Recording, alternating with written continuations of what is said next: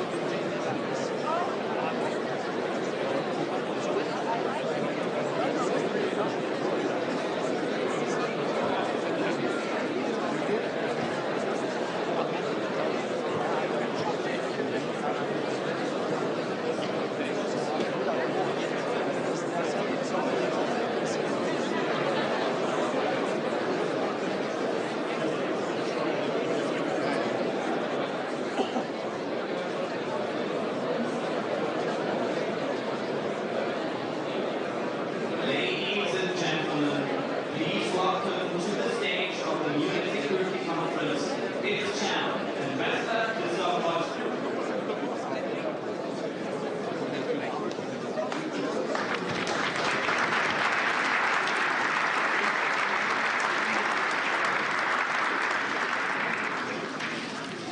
Excellencies, ladies and gentlemen, when we met here 3 years ago, it was the 22nd of February 2022. This conference ended, and there was still the hope that there would be no invasion by Russia of Ukraine. And President Zelenskyy was here pleading for the international community to stick together. We all know what happened the year after. He was here virtually. Last year he was here in person, and this year I'm very happy that President Zelenskyy is again speaking to us. President Zelenskyy over the last years has been a very courageous leader of his country. The Ukrainian people has rallied behind him. The international community has rallied behind him. And I think it's very important that the international community sticks together. But it's also important that the Ukrainian society sticks together and there is no wedge driven into the Ukrainian society. We can only beat Russia together, both here and in Ukraine. So please welcome with me the President of Ukraine, Mr. Zelenskyy.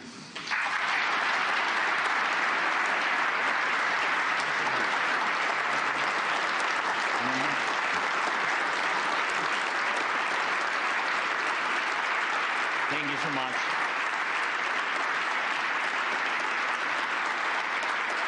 Thank you very much.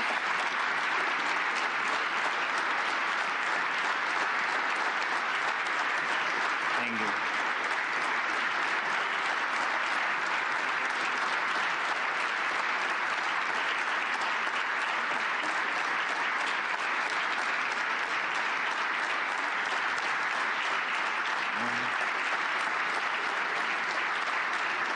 Thank you very much. Thank you so much. Thank you for your work. Thank you for your support. Thank you for our invitation. Dear ladies and gentlemen, at the start of conference, every country usually shares its stance, priorities, whether officially, openly, or through informal talks with journalists, with partners. And this year, a country that was not even invited still made its presence known. A country that everyone talks about here, not in a good way. The night before Munich this year, a Russian attack drone struck the sarcophagus covering the ruined fourth reactor of the Chernobyl nuclear power plant. It was a modified Shahid drone, Russian drone, a technology passed on to Russia. Its warhead carried at least 50 kilograms of explosives. And we see this as a deeply symbolic move by Russia, by Putin. Just recently in Ukraine, we discussed the crucial role of nuclear energy in keeping the country running despite Russia's constant attacks on our Ukrainian energy infrastructure. And we are now preparing a project to expand our Khmelnytsky nuclear power plant. Just one day before the Munich, I was there on the plant, and with involvement from American businesses and including Westinghouse. The project will strengthen the energy security of not just Ukraine, but our entire region of Europe. And we also recently spoke with President Trump and his team about nuclear energy and Europe's largest nuclear power plant, our Zaporizhzhia plant, which is currently occupied by Russia. And Russia responded by sending a drone to hit Chernobyl's sarcophagus which shows radioactive dust and debris. And this is not just madness. This is Russia's stance. A country that launches such attacks does not want peace. They don't want. It is not preparing for dialogue. Almost every day, Russia sends up to 100, even more, Shahed drones at us each day, and regular ballistic missile attacks, and a steady increase in aerial bomb strikes. But that's not all. This year, Moscow plans to create 15 new divisions, adding up to 150,000 soldiers. That's more than the national armies of most European countries. Russia keeps opening new army recruitment centers every week, and Putin can afford it. Oil prices are still high enough for him to ignore the world. And we have clear intel that this summer Russia plans to send troops to Belarus under the pretext of training exercises. But that's exactly how they staged forces before their full-scale invasion to Ukraine 3 years ago. Is this Russian force in Belarus meant to attack Ukraine? Maybe. Or maybe not. Or maybe it's meant for you. Let me remind you, Belarus borders 3 NATO countries. It has effectively become a foothold for Russian military operations. According to both Putin and Lukashenko, Belarus now hosts banned weapons, medium-range missiles, and even nuclear arms. Putin clearly sees Belarus as just another Russian province now. And we need to be realistic. If someone is setting up a military launch pad, we need to ask, what should we do about it? And more importantly, what can we do before the next attack, the next invasion? Remember, there have already been provocations on the Polish and Lithuanian borders with Belarus, migrant crisis staged by Russian intelligence to store up chaos in Europe. But what if next time it's not migrants? What if it's Russian troops or North Korean troops? Make no mistake, North Koreans are not weak. They are learning how to fight now, how to fight the modern war. And what about your armies? Are they ready? And if Russia launches a false flag operation or just straight up with no insignia from Belarus, like how Crimea got taken in 2014, how fast will the allies respond? And will they respond at all? Yesterday here in Munich, the US Vice President made it clear. Decades, he said, decades of the old relationship between Europe and America are ending. From now on, things will be different, and Europe needs to adjust to that. Ladies and gentlemen, I believe in Europe, and I'm sure you believe too. And I urge you to act for your own sake.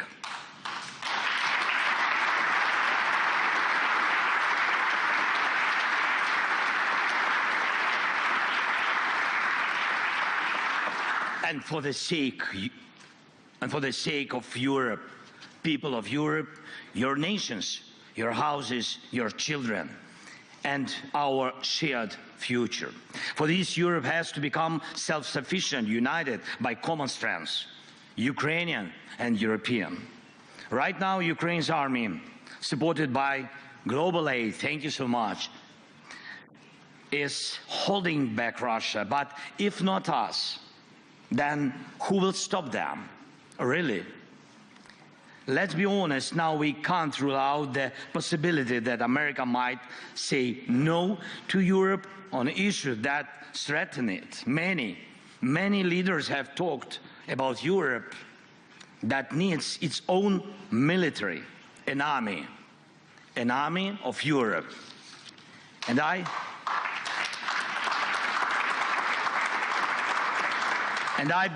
really believe that time has come. The armed forces of Europe must be created. This is not harder than standing firm against Russian attacks, as we have already done. But this is not just about increasing defense spending as a GDP ratio. Money is needed, of course, yes, but money alone will not stop an enemy assault. People and weapons don't come for free. But again, it's not just about budgets. It's about people realizing the need to defend their own home.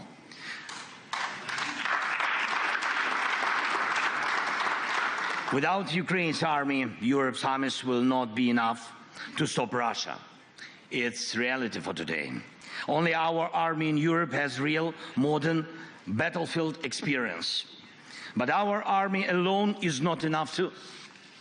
And we need what you can provide: weapons, training, sanctions, financing, political pressure, and unity. 3 years of full-scale war have proven that we already have the foundation for a united European military force.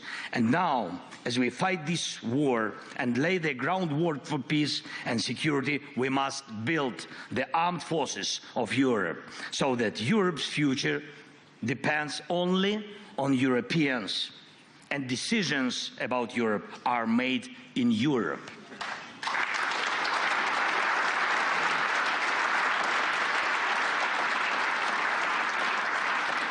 That's why we are talking with European leaders and with the United States about military contingents that can ensure peace, and not just in Ukraine, but across Europe. And that's why we are developing joint weapons production, especially drones.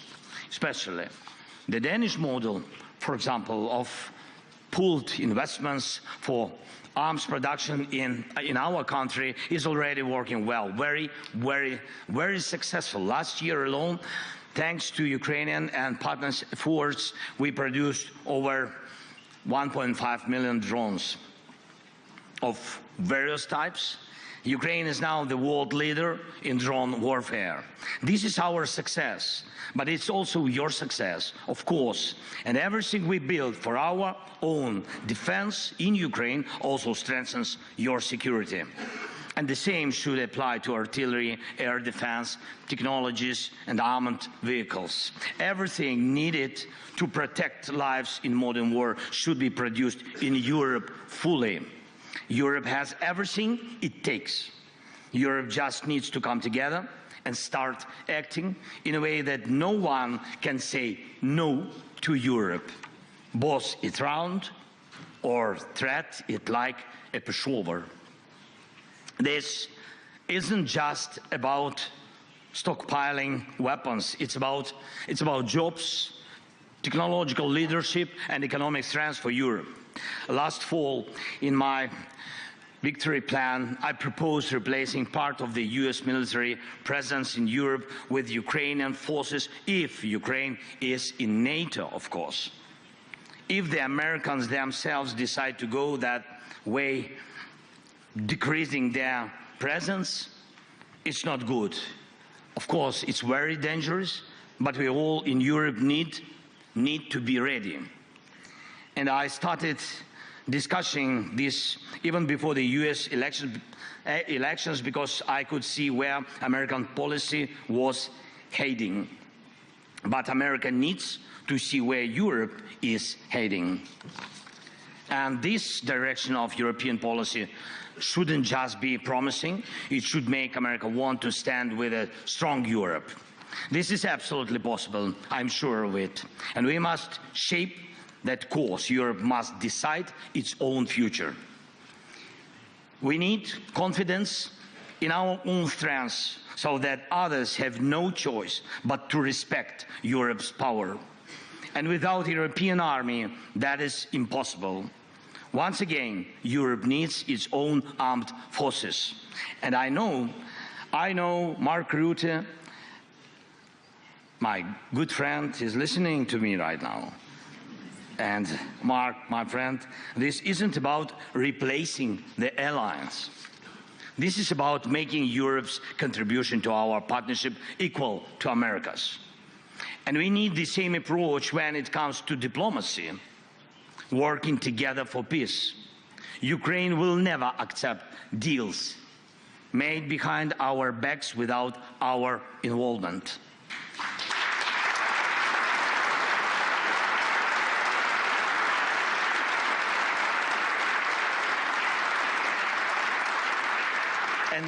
And the same rule should apply to all of Europe. No decisions about Ukraine without Ukraine, no decisions about Europe without Europe.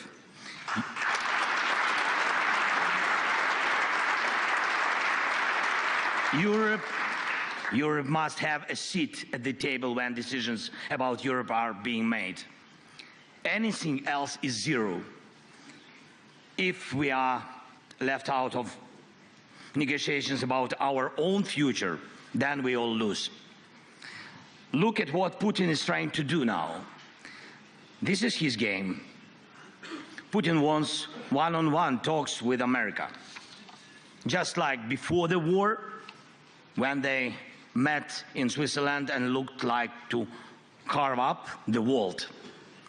Next, Putin will try to get the US president standing on Red Square on May 9th this year, not as a respected leader, but as a probe in his own performance.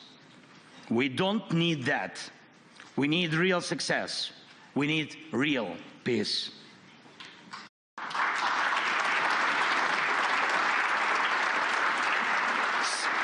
Some in Europe may not fully understand what's happening in Washington right now, but let's focus on understanding ourselves right here in Europe. We must give strength to Europe first. Does America need Europe as a market? Yes. But as an ally? I don't know.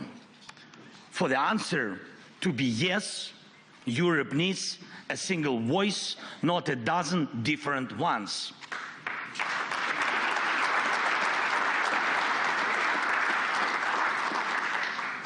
Even those who regularly come to Mar-a-Lago need to be a part of a strong Europe, because President Trump doesn't like weak friends. He respects strengths. Next, some in Europe may be frustrated with Brussels, but let's be clear. If not Brussels, then Moscow. It's your decision.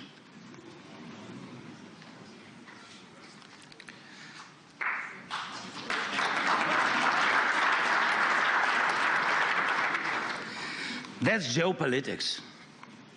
That's history. Moscow will pull Europe apart if we, as Europeans, don't trust each other. A few days ago, President Trump told me about his conversation with Putin. Not once did he mention that America needs Europe at the table. That says a lot. The old days are over when America supported Europe just because it always had.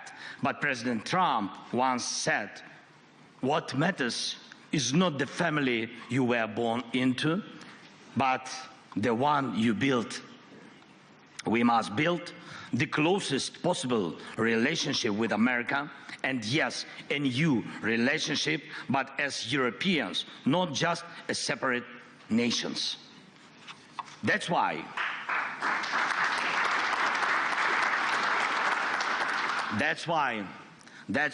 we need a unified foreign policy, a coordinated diplomacy, the foreign policy of common Europe, and let the end of this war be our first shared success in this new reality. And we are already working to make sure that on February 24th, the 3rd anniversary of Russia's full-scale invasion, we can gather together in Kyiv and online. All European leaders, all key partners who defend our security, from Spain to Finland, from Britain to Poland, from Washington to Tokyo. This meeting must deliver a clear vision for our next steps on peace, security guarantees, and the future of our collective policy. And I do not believe in security guarantees without America. Yes, it will be just weak, but America will not offer guarantees unless Europe's own guarantees are strong. And I also will not take NATO membership for Ukraine off the table. But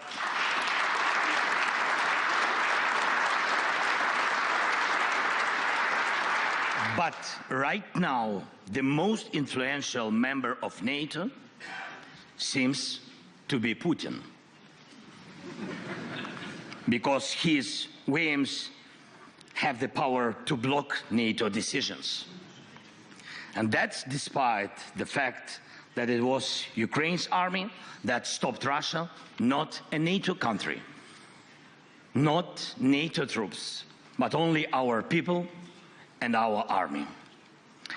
And there are no foreign armies fighting on Ukraine's side in this war, but Putin has lost almost 250,000 soldiers in this war. Over 610,000 have been wounded.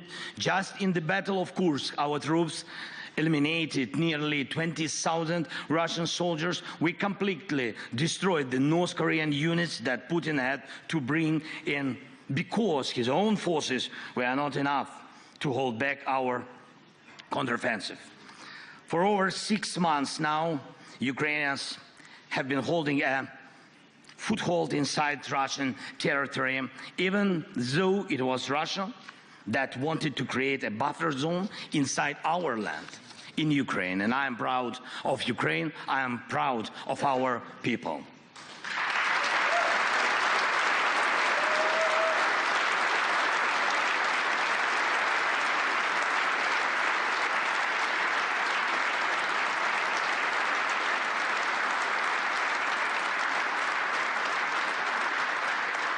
But now I ask you, each of you, to honestly answer this question.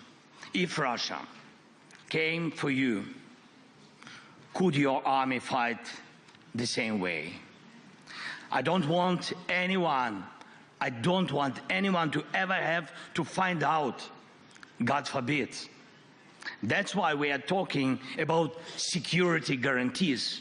And that's why we believe that the core of any security guarantees for Ukraine must be NATO membership. Or if not that, then conditions that allow us to build another NATO right here in Ukraine. Because at some point there will be a border between war and peace. Where that border is drawn and how strong it is up to us. My proposal, Ukraine's eastern border, Belarus eastern border, the eastern borders of the Baltic states, Finland's eastern border. That is the strongest security line for all of us in Europe, because that is the line of international law.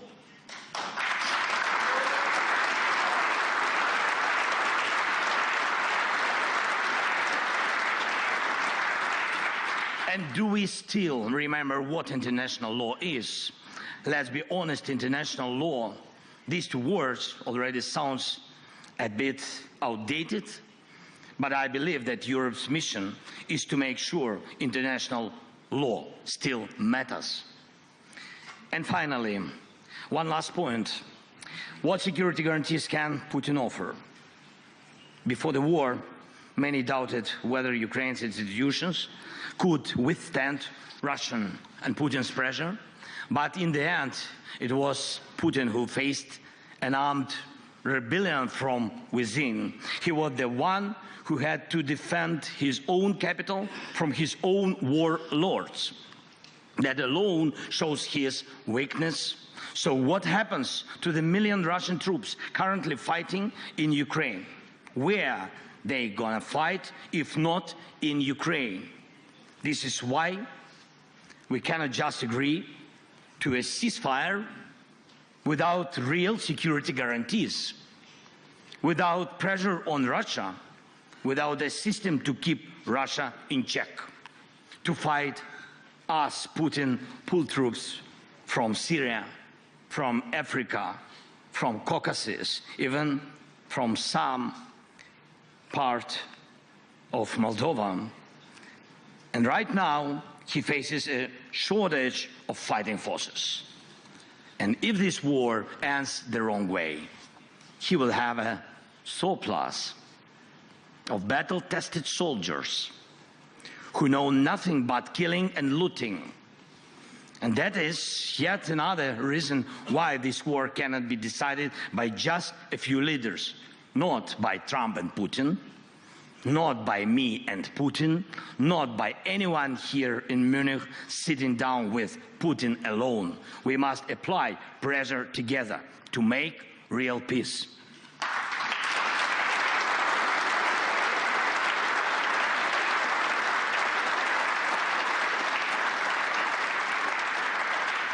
Putin cannot offer real security guarantees, not just because he is a liar, but because Russia, in its current state, needs war to hold power together. And the world must be protected from that.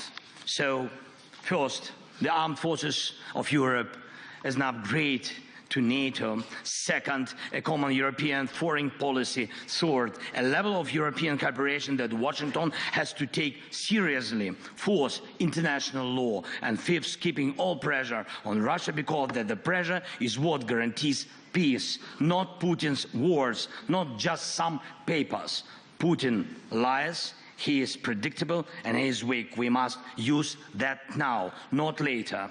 And we must act as Europe, not as a bunch of separate people.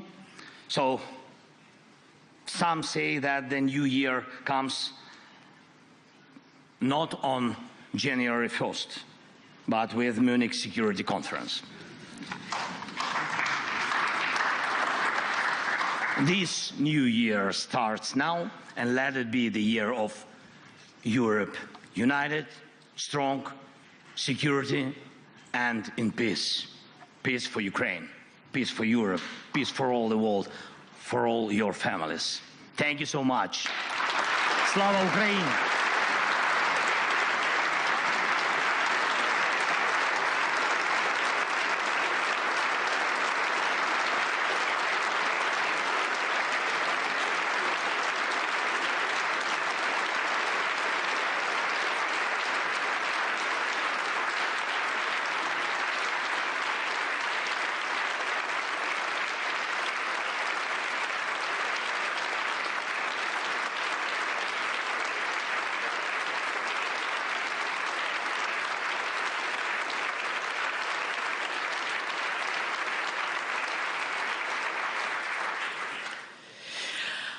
Mr. President, thank you. Thank you very much. That was a stem winder of a speech with a lot of challenges thrown down.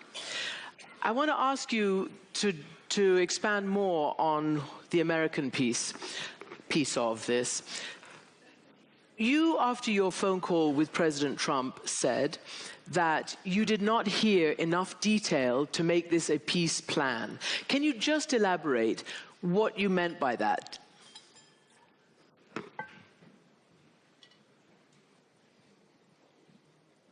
Can I speak Ukrainian? No. Okay. Don't pressure on me.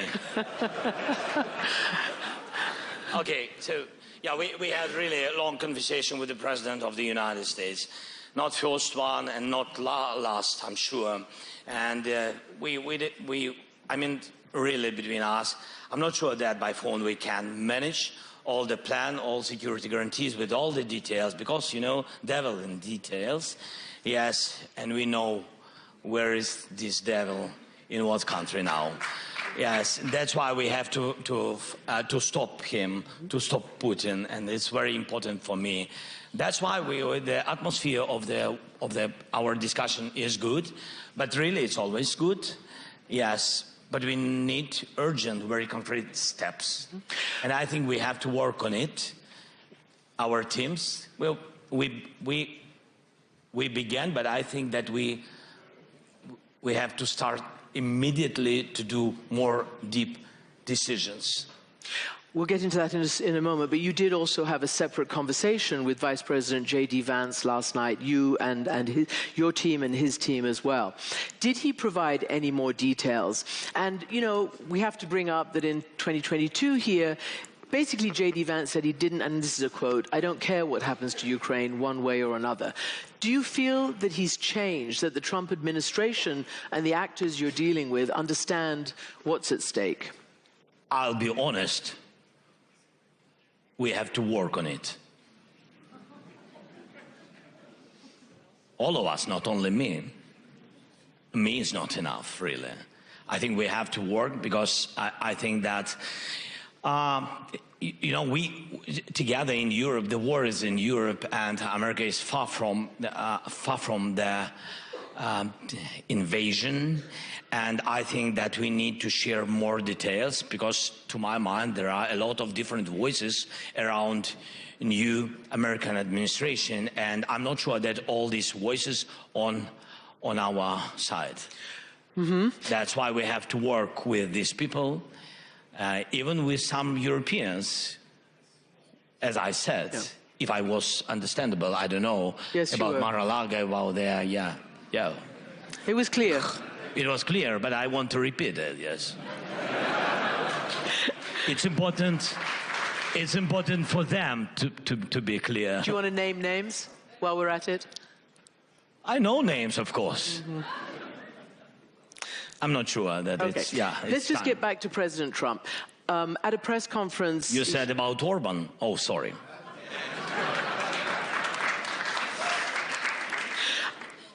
Do you understand? No. Viktor Orban is what the president was saying. Mr. President, Trump was asked whether he trusted Putin. And he sort of basically ended up saying, on this, I do. But he has also said that, and frankly, it's quite difficult to extract what all the different administration officials have been saying. On the one hand, potentially that, you know, maybe Ukraine had a responsibility for this war. Maybe Ukraine can't ever expect to get back. It's unrealistic, according to the defense secretary, its territory. Maybe Ukraine will be safe and independent. Maybe it'll be part of Russia. Do you understand what America's position is? Yes. Which is? I think, to my mind, they are preparing atmosphere for their dialogue. For their dialogue, which will be? For the dialogue between Trump and Putin. And I think this is, it's up to them, but they can discuss everything they want, but not about Ukraine without us. And that's why in this case, especially in this case, I think it's a little bit dangerous. That's why I said that we need to talk more with the president and to talk more with his people, with his teams. Yesterday, as you said, yes, we had good conversation, and I think that I opened some new details for Vice President. That's why I said we need. It's not waste time. It's really very important, I think, diplomatic investment for the future, just and lasting peace for Ukraine. Yeah, sorry. Yeah, I thought you were going to say some more things. Your order. Yeah. You just sort of, I suddenly got flummoxed. I'm sorry. You said Putin doesn't want peace. I mean, you just said it loud and clear here. It's true. So what is the dialogue? And have you convinced the Americans that A, Ukraine has to be at the table, and B, I guess the Europeans have to convince them that they have to be on all the levels, we directly, yes, very directly send these messages that we have to prepare security guarantees like a main part of the stopping Putin and stop this war, and very important, essential, and we say that it can't be without us. And that's why I don't know if we don't have, from my point of view, if we don't have for today common plan, it means for me that United States doesn't have. Because if they have something, it's not about us. I mean, this about something new, but we don't want this new reality. Yes. So that's why, No, I was just asking you whether you have convinced him that you must be at the table. Of course, I said that I think that is good, that first of all we have to make a plan with you, I said to the president. It was the day when he had phone calls with Putin and with me, and first with him and then with us. And how did that sit with you? No, I said that... But first with Putin and then with you? Oh, I'm not happy.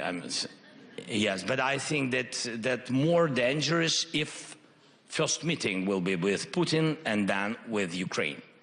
And there are things I shared with the President Trump, that first of all we have to see common view.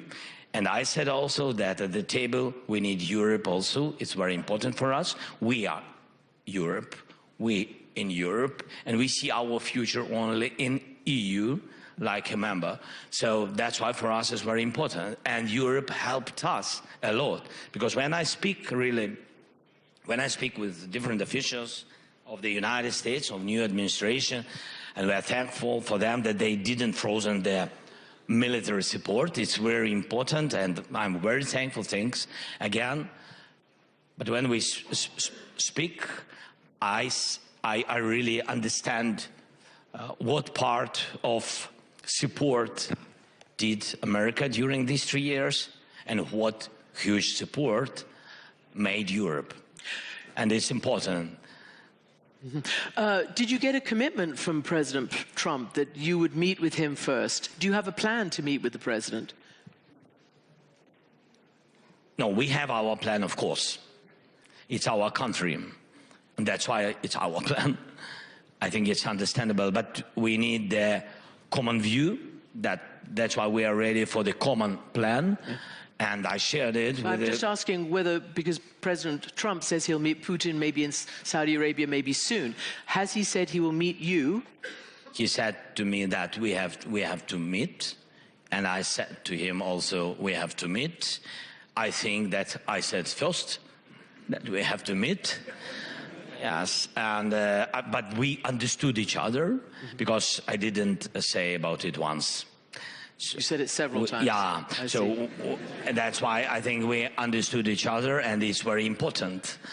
Yes, because if we can repeat the words that each day we have losses, and if President of the United States or other leaders repeat these words, Ukraine has losses, we have to stop the war. I mean, that it meant that we have urgently to meet if we really want to stop. To meet with the concrete dates and days and plans. So you talk about losses, obviously heavy losses. You mentioned Russia's heavy losses as well. Yeah. You were talking to President Trump, and you know that last year, around this time last year, it was President Trump and his allies in Congress which delayed for approximately 7 months the aid that was meant to come to Ukraine. When I spoke to General Zelenskyy, your commander in Ukraine, just a few months ago, he said the delay in aid did cost lives, cost territory, and cost a lot of, strategic effort in Ukraine. Did you mention that to President Trump? No. I see. We spoke about delaying and about decision of the Congress, and at least positive decision. I was thankful to him. It was in September when we had meeting during his election period. I think so, or before the election period. I don't. Before, a little bit before. Yes. So it was very important, the decision. I was thankful bipartisan support, and also Mike Johnson. He made positive decision. And also to President Trump, because if he wouldn't be supportive, they couldn't vote this decision. But really, help, which we needed very much, still is going. I mean, not everything came. Yeah. You understand? Yeah. So it's very slow, and I think General Zelenskyy was right that one of the reasons why we lost, but I don't want to speak about kilometers, but I'm ready. I mean, we lost about 4,000 square kilometers. Yes, but of course, if the help could come very quickly everybody understand that the losses was, I mean, I understand what you're saying. we could be in more good conditions. And precisely because of where you would need to be to have a negotiation to end the war. That's why I ask you this. So you talked about security guarantees. What details do you think about? What would be a security guarantee apart from joining NATO right now? What would be a security guarantee in any ceasefire or to freeze or monitor any line of contact, which is some 1,300 kilometers long? Because already Defense Secretary Hegseth said there'd be no US troops. We don't know what it looks like. What do you think it looks like? More strong sanctions, not if they will invade again, just more strong sanctions at the very beginning. Then, like you said, a really difficult to hold the border, long border, yes, for Ukraine and Ukrainian soldiers. That's why we need big army. I shared it yesterday. Yes, we need army more than now. If we're not in NATO, then, as I said, NATO has to be in Ukraine. It means only one, that we will need the army comparable with soldiers of Russia. It's 1.3 or 1.5 million soldiers, so we need money for this, the package of money, real money, and it's big deficit. Even today, for us, it's 40 billion per year. So this money and then weapon and the package of missiles, what was written in the victory plan, the package which we will not use, but it has to stand on our territory. And if Putin will begin new invasion, we will use it. So I think these issues are very important. This is priority. And foreign troops, European troops? Yes, we are open for this initiative. Yeah. We understand, I mean, mostly we understand the details, but we need to discuss these details with leaders. I don't want to be now, very loud about it. So, but we understand that we need it. It will help us. And one other big question, the Treasury Secretary, Scott Bessent, came to your country. Yeah. I believe essentially gave you a notice that this is what the administration wants in terms of how much of your rare earth minerals. Trump himself has said, I want $500 billion worth, and that would be fair, he said. What is your response to that? I know you've been talking about rare earths even under the Biden administration. We're still talking. Yes. So where do you stand on that? We're still talking. Mm-hmm. So not 500 million. That's half in our history, there have been a lot of different dialogues with different American administrations. Even from my first year of my term, from 2019. So I had a lot of different dialogues, and we are in process. Finally, I want to ask you, follow up on what Ambassador said in his introduction. The political situation in Ukraine, you've been in power for a long time, there's martial law, you haven't had elections since then, your mayor of Kyiv, Vitaly Klitschko, has criticized you for that and for many other things. Putin himself calls you illegitimate. He says, I'm not going to negotiate with an illegitimate president. What is your view on when the time will be right for actual elections? During ceasefire talks, after a ceasefire, or what? Interesting what Klitschko said about me. I really didn't. Your opponents, I'm telling you what your opponents, and some members of civil society. Okay. No, I'm surprised. I mean that Klitschko is a great sportsman, but I didn't know that he is a great speaker. But I respect him. So I'm focusing on surviving of our country, and I'm doing really all my term, beginning from different dialogues, as I said to you, continuing with COVID as all of us, but half of my term was COVID, another half is the war with Putin, or against him. Yes? So this is what really very important.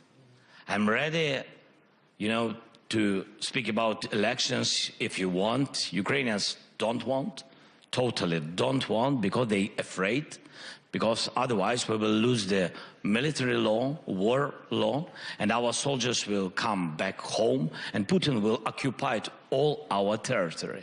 It will be, because now we're mobilized, now we are one organism, yes, so we are one country. Yeah, that's why it's very important to hold and to save it. And it doesn't matter, I mean, we need unity in country.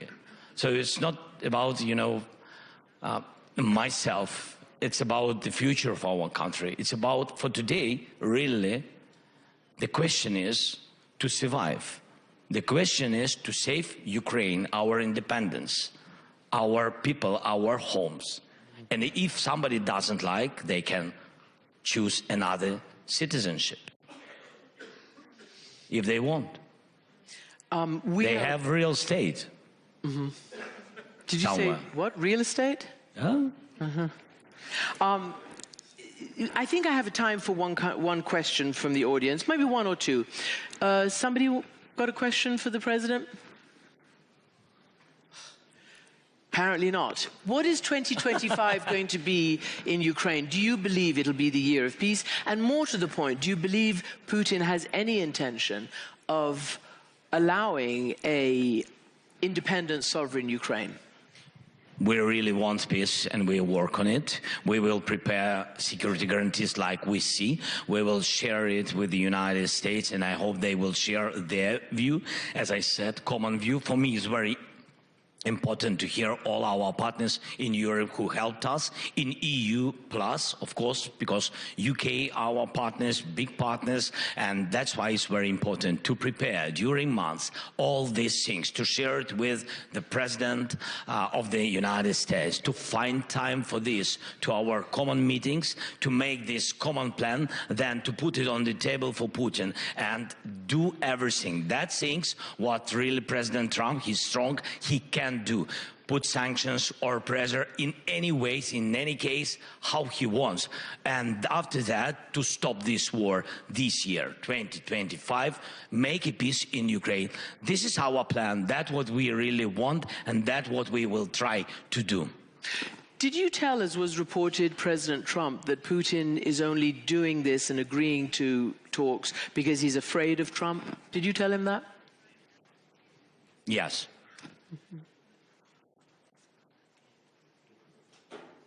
I told Trump that Putin afraid of him. Yes, and he heard me. And now Putin knows.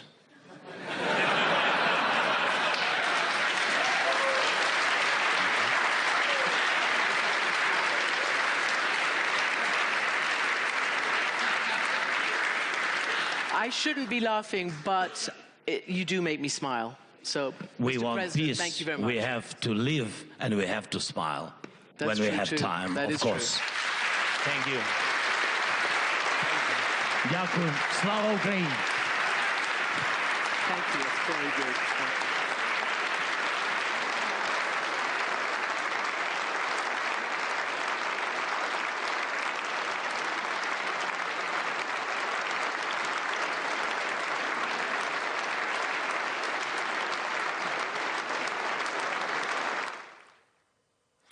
You're watching BR24 live covering this year's Munich Security Conference. This was Volodymyr Zelenskyy on stage, and coming up next is a panel discussion called European Support for Ukraine with, among others, Mette Frederiksen, Prime Minister of Denmark, and Ulf Kristersson, Prime Minister of the Kingdom of Sweden. We'll be right back after this.